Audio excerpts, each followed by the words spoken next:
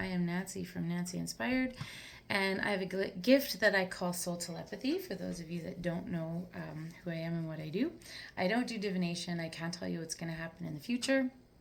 That's not my gift. I'm not a medium, although sometimes I've accidentally done some things in that realm, but that's, again, not my gift. What I do is I'm able to hear what your own soul's trying to tell you. So where it gets esoteric a little bit in when I'm doing like personal readings for people is that I hear things from your past, from what your soul is saying. Hey, this is what needs to be brought attention to. When I do it collectively like this, I tap into the group and say what is the most important information for this group of people right now at this moment in time. About halfway through the live, I switch focus and I do individual readings. So I invite people to put their names in. Don't do it yet, but when I'm ready, I'll ask you to put your name in. I write them all down. I try to get to everybody, and I just tap in for you what's going on for you at this moment in time. So that's how it works. I record the first part of the live. I don't record the second section, the individual readings. I do record the first part. And so without further ado, I'm going to ask permission to connect to all of you. So can I, may I, and shall I do a collective reading for my Insight Timer friends and family, both those that are here now and those that listen later. And I am getting a clear yes. Is there any reason why I shouldn't at this moment in time? And it's switching directions. Nope, there's no reason why I shouldn't. Then I ask that everybody's intuition be raised to the highest level that they can accommodate with at this moment in time. Allow their souls to speak freely and clearly for their highest and best good. There we go. Now that we are ready to connect, we will get started. Alrighty. I'm just gonna make sure my phone is off. There we go. Okay. All right. So first bit of messaging. What do I hear first thing? Okay. All right. So as some of you know, I like to be outdoors and hiking and things like that. A lot of my references have to do with the outdoors and nature. That's where I get my energy from. So just now I got this image of like walking on sort of a rocky path and kind of cutting through the trees, and then sort of the actual path is just beside it. And the message that I got is that no matter how things like get chaotic or are in flux or in change, or maybe tricky things are happening or different stuff like that, just as much as there's that going on in our lives, there are always some things that are constant in our lives. So even if everything else is in flux, maybe the constant is that we need to eat and sleep and drink water, and that's the constant. Maybe the constant is that you go to work every day, or maybe the constant, whatever the constant is, allow yourself to recognize and acknowledge that there is a constant sometimes, even in the midst of all the chaos and change, because life is full of change. There isn't, you can't go through life and not have change. That's probably the only thing that is an absolute for sure thing, is that there's going to be change. And there's going to be chaotic times, and there's going to be blissful times, and there's going to be celebration times. And that is the flow of life. But what I'm hearing is that if things are feeling a little bit uncertain, or if things are feeling a little bit more chaotic or more out of your control or more in flux or whatever, to just focus in and hone in on the things that are the same. Because there are certain things that are the same every day, or mostly every day, right? And so those can act as grounding mechanisms. Anything else on that? No. Take a sip of water. Hello, Bree. Hello, Anna. Hello, Yovita. All my beautiful friends that I would love to meet in person one day. All right. Next bit of messaging. Okay, so on that. So the first bit of messaging there was about how, even though things are in flux and whatever, we can focus in on something that is solid and more constant and more permanent. The next bit of messaging is that we always have some degree of control in our lives. Now, this is interesting because there's lots of things sometimes where I'm like, oh, these things are out of my control. I can't change what's actually happening here. This is completely reliant on the decisions of others, on the outcomes of others, on the behavior of others, and there's nothing I can do about this particular situation. It feels out of my control. Well, the situations and whatnot are out of our control. However, how we choose to react to it and how we choose to let it affect us is in our control. So I can have a situation where, I'm nervous about the outcome. I don't know what's going to happen. It's completely reliant on other people. I really have nothing I can do or say. I am a witness. I'm a spectator, right? I can choose to lose sleep over it and worry about it, and what if this happens, and what if this decision happens, what if that decision happens, and I can let it consume me and make me grumpy and edgy and probably unhealthy. Or I can say, okay, this is not in my control. I'm going to send some positive energy to it, because I do believe in the power of prayer and energy transfer. And so I'm going to send some energy to it. I'm going to say, may the best possible outcome be that outcome, and then I can step back and I can let it go. And so either situation, it's the same thing. It's going to happen regardless. It's not in my control. It's not in my power. So I can choose to let it, wreak havoc and destroy me, or I can choose to relinquish that control, send some loving energy, do what I can do, support myself, whether it's therapy or talking to a friend or journaling or whatever might support myself. But ultimately, it's about letting go of what doesn't serve you.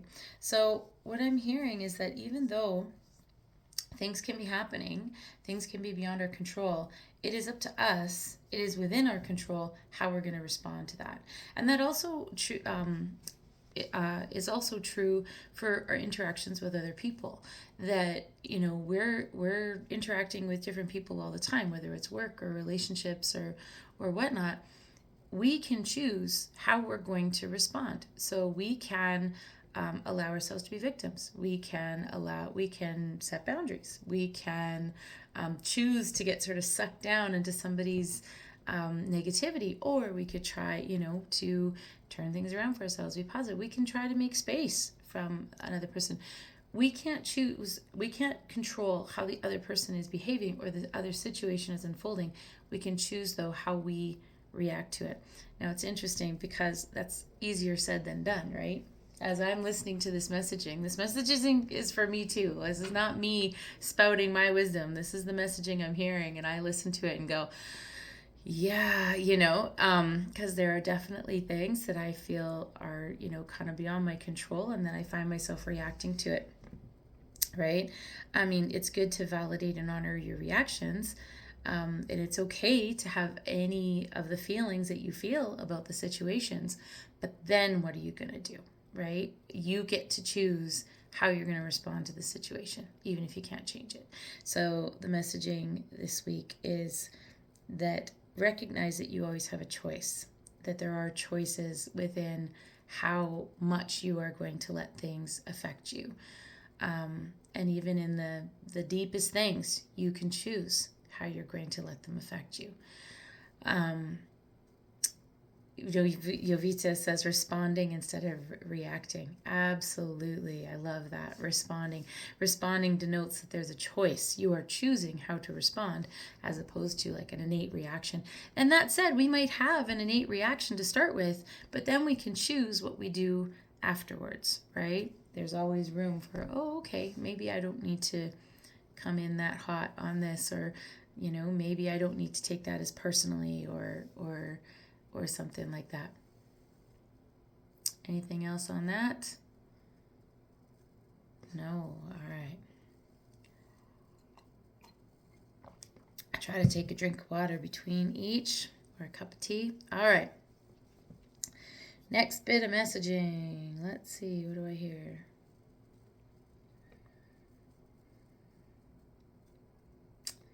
I think this may have been there last time too, or it's not been long, but it's a similar.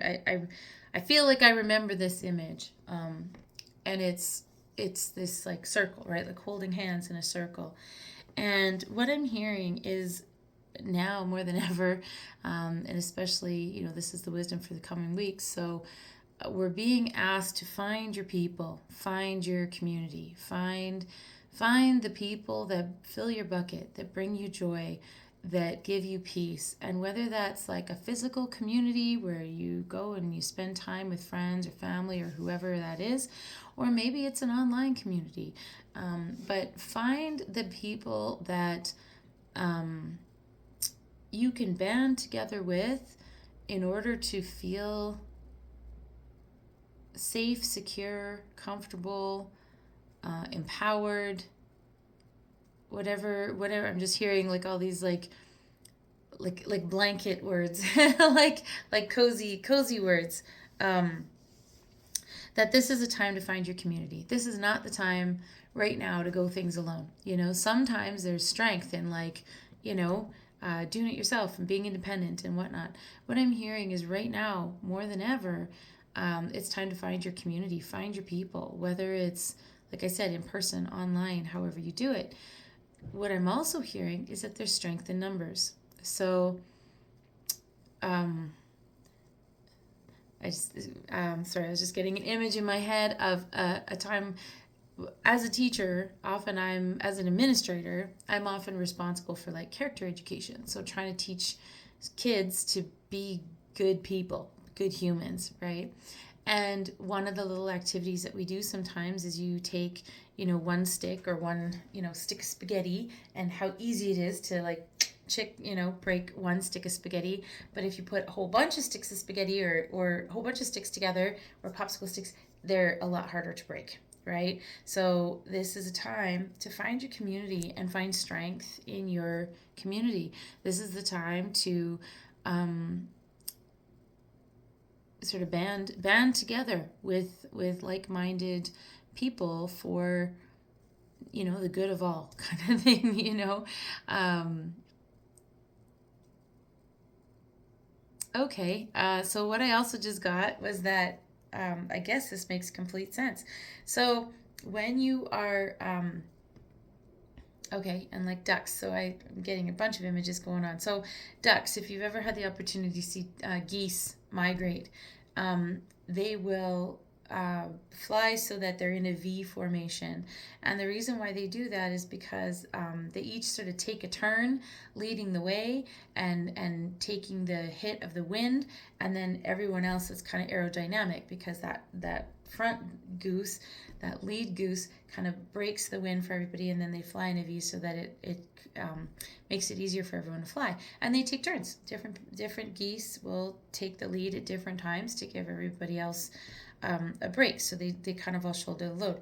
What I was given as an image was that those sticks of spaghetti, that as you are trying to break those sticks of the spaghetti, maybe a few of the outside ones will break, but the ones on the inside don't.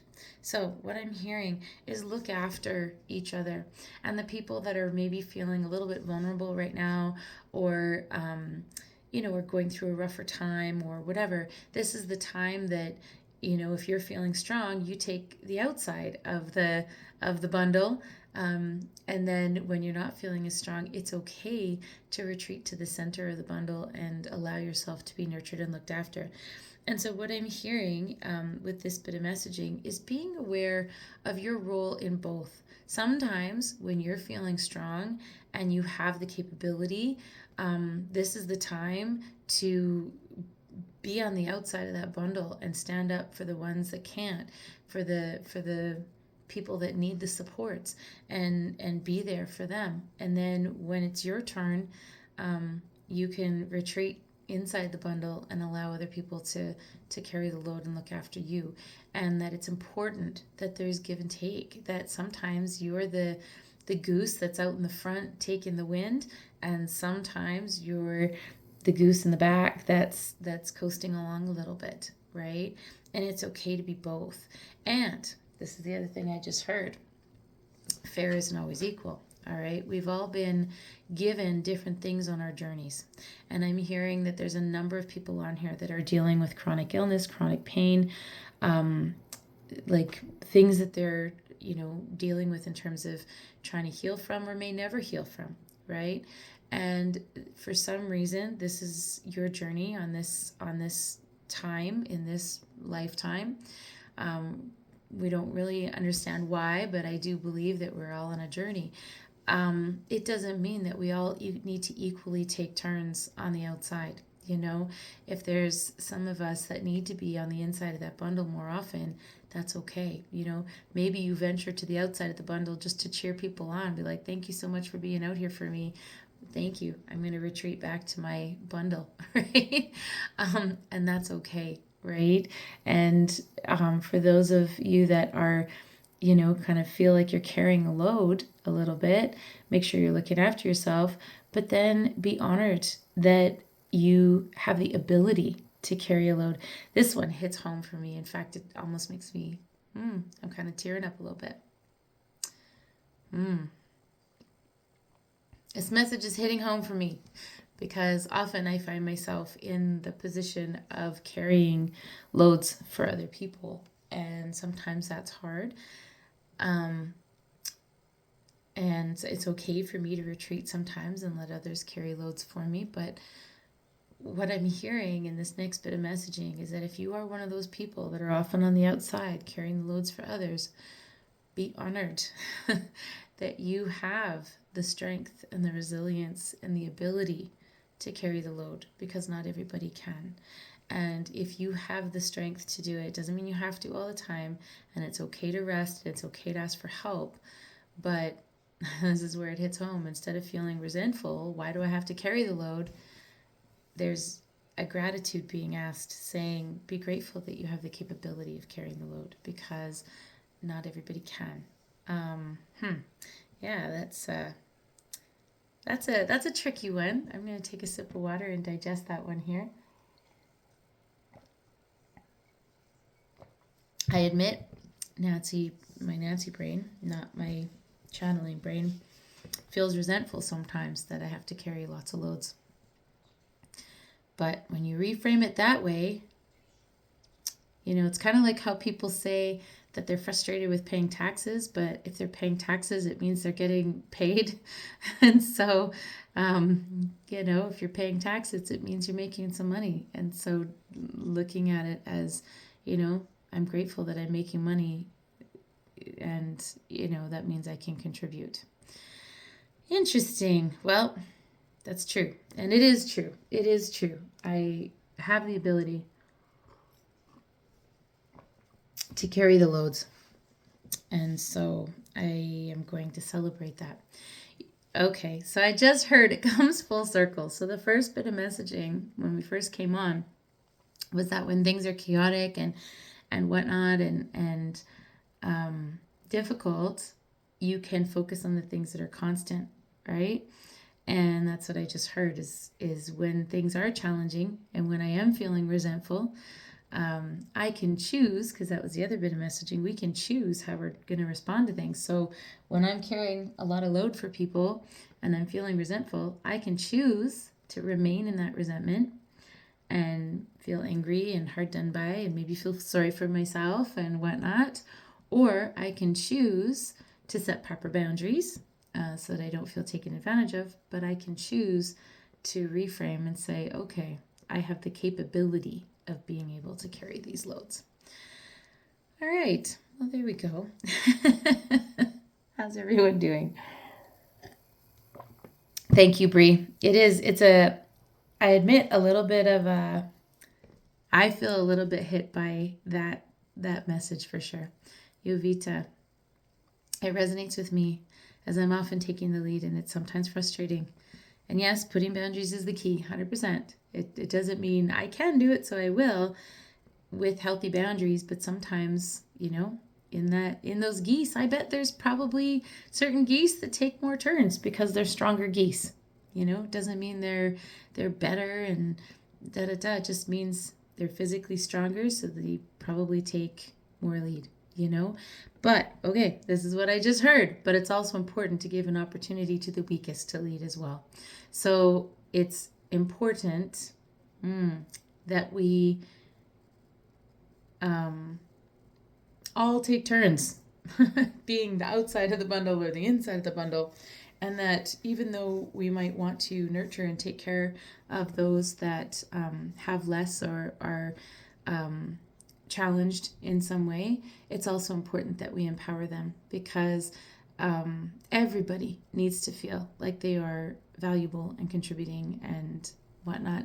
And even if it's just for a couple minutes, I bet those geese, I'm making it up because I really don't know, but I bet everybody takes a turn. And even if they fly in front for, 5 minutes and be like, okay, I'm done, tapping out, next person up, it's important that we also empower those around us, especially those that we might be looking after and taking care of a little bit, that they also need to be empowered and take their turn to lead. We are all part of that bundle of sticks, and we can all be at different places in that bundle.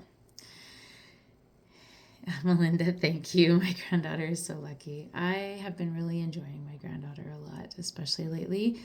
I have to admit that's had to take some reframing, where it's like, okay, I no longer get to do some of the things I like to do. However, there's a lot of things I'm doing that I wouldn't be doing if I didn't have my granddaughter with me all the time. And yes, Jamie, definitely cheered up on that one. Thank you. Yeah, that one got me too. All right, moving on to, I'm going to take a sip of tea. Moving on to the next bit of messaging.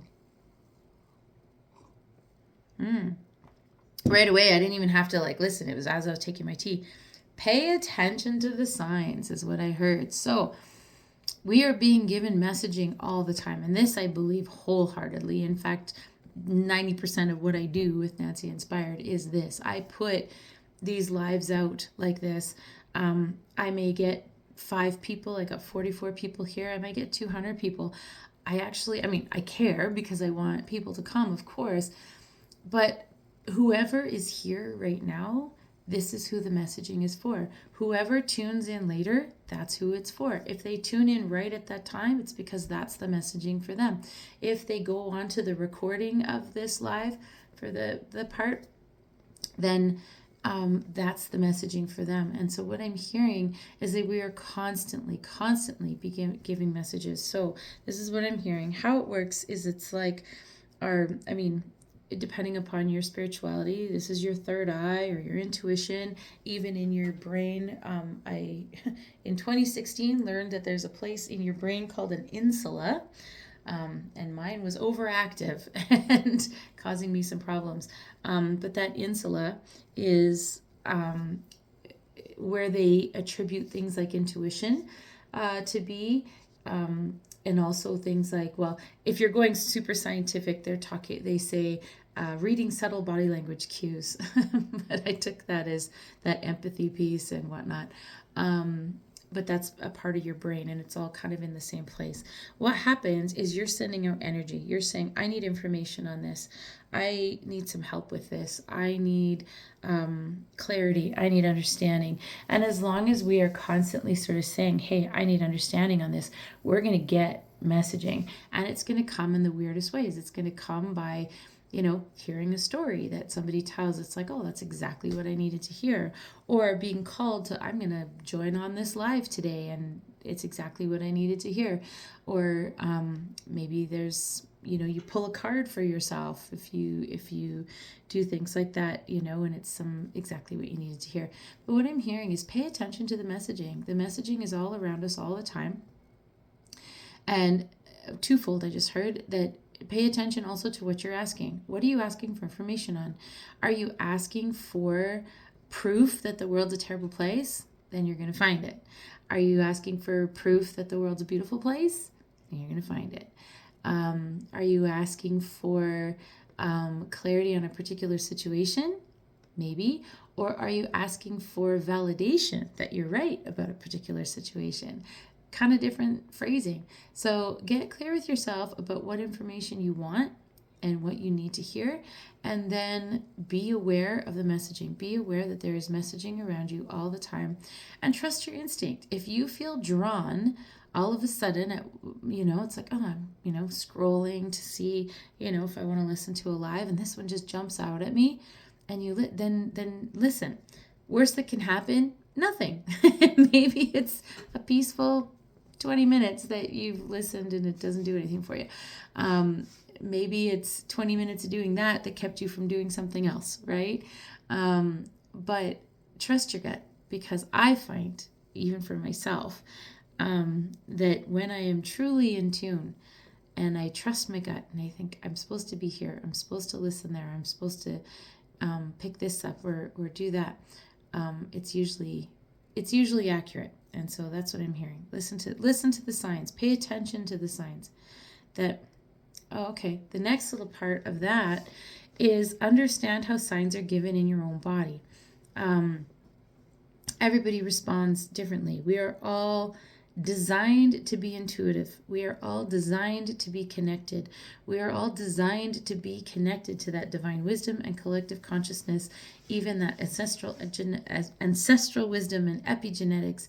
And if your belief involves past lives, or it could be the epigenetics and the collective consciousness and even archetypal wisdom. We are connected and have access to that wisdom anytime we need it. I know I've shared the story many times, but when I was given this gift in a dream, at one part of the process, the beautiful being that was giving me the gift had their head just beside mine in an embrace. And at that moment, I had an infinite understanding of everything. I understood everything. And then as the being pulled away, they said that I couldn't keep that in this form, but to know that I have access to that information in bits anytime I need it. I can pull down bits of that information. And so my challenge has been reminding myself of that in times of struggle, that I do have access to that wisdom. And even though I had that dream and I'm very connected and I live in my intuition and I do this work every week, I do readings for people, I'm in this world all the time, I still have to remind myself when I'm struggling with understanding something that I do have access to that wisdom at any time. And if I'm asking for wisdom, I will receive it. I just forget to ask sometimes, or I have to be careful what I'm asking for, because sometimes I'm actually asking for validation on something that isn't actually authentic. Give me validation of why my life is miserable. Well, oh look, here's all the reasons it's miserable, or give me validation of why my life is wonderful. There they are, all the things, right? It's like, I say this a lot, but I'm hearing that to use this again. But if I told you right now to look around and notice everything that's green around you, those things have always been there. But as soon as you draw attention to them, they're there. You notice them, right? It's always been there, but you notice them. So become clear about what kind of messaging and information you want to receive, and allow yourself to be open to that information and reception. Anything else on that? No. All right. How we doing?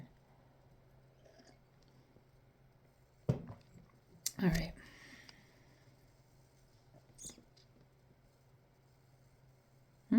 Okay.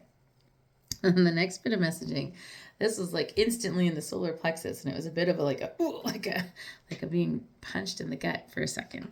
And I was like, what is that? And it was like a swimming pool of fear and anxiety. There are so many things in our lives, inside of ourselves, outside of ourselves, in our family units, in our work life, in our society. Excuse me. In so many ways. You can feel it. Throat chakra. All these things that are causing anxiety. And what I'm hearing is that I was about to say we can't change it, but then I was like, nope, that's not the right wording. You can transform anxiety into empowerment is what I'm hearing. So transform anxiety into empowerment. That is the messaging. So when you are feeling anxious about something, when there's something that's making you afraid, by taking some sort of action, whatever that is, to make some kind of change, step in the right direction, whatever it is, it helps to minimize and reduce that anxiety. So if I am feeling anxious, let's say where I am right now, political climate is a little bit sketchy. I'm feeling anxious about that. Rather than sort of sitting in that anxiety and that fear, I can turn that anxiety into some empowerment. What can I do? What can I do to make things better? What can I do, even if it's just a little step? Even if it's just a phone call, calling a friend that I know that is concerned and being like, you know what, I've got you. Like I am here on your side. I'm part of this, you know. But take your fear, take your anxiety, and transform it into some kind of empowerment. Doesn't mean that you're going to, like, you know, take on the world and, like, you know, change. But if you can do one little thing, even just for yourself, maybe it's just some positive self-talk. Maybe it's stickies in the mirror that allow you to feel like you're empowered. But whatever you're feeling anxious about, use that as communication, use that as empowerment and fuel to become empowered. What you're feeling anxious about, allow it to be fuel to make change. So I just heard, if you're feeling anxious, let's say you're somebody that worries about, you know, what other people think, and maybe is afraid of getting in trouble or those kinds of things. Whatever. I know when I was married, that was, you know, he was never physically abusive, but I was often in trouble. I'd often done something wrong in his mind, and then I'd be kind of paying for that for days of silent treatment. So what happened was I started to get like instantly worried, even outside of my relationship, that as soon as somebody was quiet, I'd be like, oh my God, I did something wrong. And I would start worrying and worrying and worrying. What I'm hearing is, even if it's somebody else and you don't have control of the action, use that fear and anxiety. If you know that you're afraid of getting in trouble, ask yourself, is it fair that I'm getting in trouble? Does another adult who loves somebody else actually get them in trouble? And then use that to help empower yourself to be like, wait a minute, maybe I need to set some boundaries here and be like, look, if you want to give me the silent treat for a couple days, you go ahead, but then you can come to me when you're ready. I'm not coming to you. You know, I'm not going to apologize, whatever it is, right? But allow those anxiety, those pieces that are anxious in you, ask yourself, what is this telling me? And what can I do to be empowered? What can I do? Even if it's just a little thing, what can I do to be empowered? I know some people really struggle with, intrusive thoughts and the what ifs and the what ifs and the what ifs. Allow that anxiety then, instead of making you freeze, be like, okay, I am afraid of all the possible bad things that can happen. Well, what can I do to give myself the peace and the confidence? Maybe it's about going for therapy. Maybe it's about medication. Maybe it's about seeking help in different ways. Maybe it's about different forms of self-talk. Maybe it's through meditation and ritual. But it's telling you, okay, this anxiety that's making me not do what I want to do is a sign that I need to do something different. And maybe it's something little, but it's asking you to be empowered. I'm hearing to share a story. So, and I know I've shared this one before. A while back, I went for a little retreat with a couple of friends of mine. We just created our own little retreat. And I was pulling these Osho Zen cards. They're my favorite cards to pull when I need guidance. And it seemed like the entire weekend, no matter how much I shuffled, no matter how much I, tried a different way, I kept picking this one card, and it was the sorrow card. And I was getting kind of frustrated because I was like, can I please get a different card? But what it was telling me is that pain or sorrow in your heart, and this is similar, anxiety in your solar plexus, is actually communication in some way. It's communication that's saying, hey, something needs to be different, right? If our knee or our foot hurts, we're going to do something different. We're going to wrap it up. We're going to ice it. We're going to get it checked out. We're going to get x-rays. We're going to stay off it for a while, whatever it is. But we're going to look after it. When it's a physical pain, we tend to do that. When it's a mental or emotional pain, we like just deal with it, or, ignore it or stuff it down or live in that space and become debilitated, like whatever it is, instead of allowing it to inform us, right? So allow your anxiety to inform and then empower you. Allow the pain in your heart to inform and empower you. Allow your worries in your head to inform and empower you, just like our bodies communicating, allow it to inform and empower us. We have all of these tools and tricks and things that we can use in order to be empowered to make our lives what we want them to be. And back to the first little bit of messaging we had, we always have some choice. We can choose. We can choose how we're going to respond. And now sometimes that's easier said than done, like how many times have I had an immediate reaction where it's like, oh, and they totally fall apart and, oh, woe is me and it's terrible and da-da-da, and that's okay. That's okay as an initial reaction. And all right, I can sit in that space for a little bit, but then I can choose, what am I going to focus on? Am I going to keep focusing on the oh, woe is me? Maybe I need to for a little bit. Okay, then I can stay there for a bit.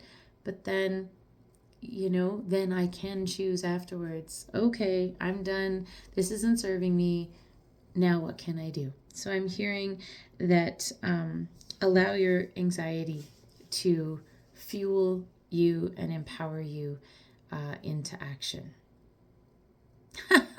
So the image I was just given is that of, flight or freeze, the adrenaline. If you had a bear chasing you, you probably wouldn't stand there and go, I think there's a bear. I'm just going to, sit with the fear of the bear and I'm going to, you're going to start to run, right? You're going to take action. You're going to start to run. You're going to do something or freeze, but you're going to do something.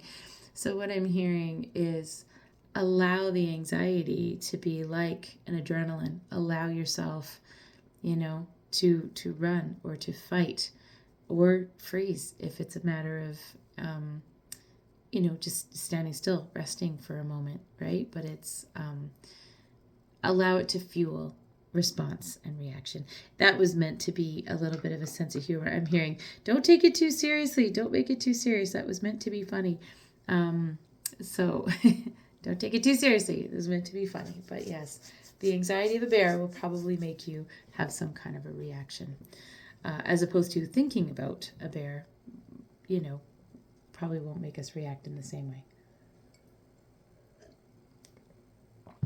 I have hiked all my life, and I have seen 0 bears on a hike. I have seen bears on the side of the road while I've been driving, or once while I was kayaking on the side of a riverbank. But I have seen 0 bears hiking, and I have hiked thousands and thousands of miles. So if you have seen a bear, consider yourself blessed. All right, let's see where we're at. Okay, what else? All right, exactly that. Sometimes just stop and take a deep breath. If that anxiety is overwhelming, if the fear is overwhelming, if the resentment is overwhelming, if the load is overwhelming, if the path in life is overwhelming, if the things that you're being given to deal with are overwhelming, just stop for a minute and take a breath. Just take a breath. You always have the power to stop and take a breath. So actually, let's just do that right now. Let's just take 3 cleansing breaths together, because that's what I'm hearing is don't forget to breathe. And it's our natural way of being. We breathe without thinking, but the power of breath is astronomical. So let's just do that together. Big deep breath in. Let it go. Oh, it already feels better. Take a big deep breath in. Let it go. One more time.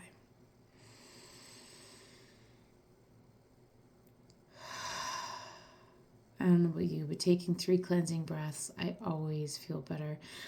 It's funny because when I'm teaching, and I'm waiting for like the wait time. That's always hard for me. I want to jump in and fill the wait time. What I've been doing is just breathing during that time. So I just breathe and I'll take 2 or 3 big deep breaths. And then after that, then I'll be like, okay, now I can continue, right? And that wait time. I try to incorporate breaths, and I forget sometimes, but I try anytime I'm waiting for like a microwave or a red light or anything I'm waiting for. I just try to take a deep breath and just let it go. And that's what I'm hearing, along with one of the messaging that came before, is that we always have the tools. We always have wisdom. We're always receiving signs and messages and whatnot. We also have the tools within ourselves. Deep breaths, going into nature, doing something you love, getting into creativity, moving your body. Those are all tools and tricks that it's easy to forget when we're in the midst of feeling anxious or sad or resentful. It's hard to think, oh, I'm going to go paint something now. Or maybe that's your natural response. But, me, I'd be like, well, it'd be nice to paint, but I don't have time. Then I have to clean up and blah, blah, blah, blah. And I like talk myself out of it. But, take a deep breath. We can always just take a deep breath. All right. Anything else? All right, I can move on.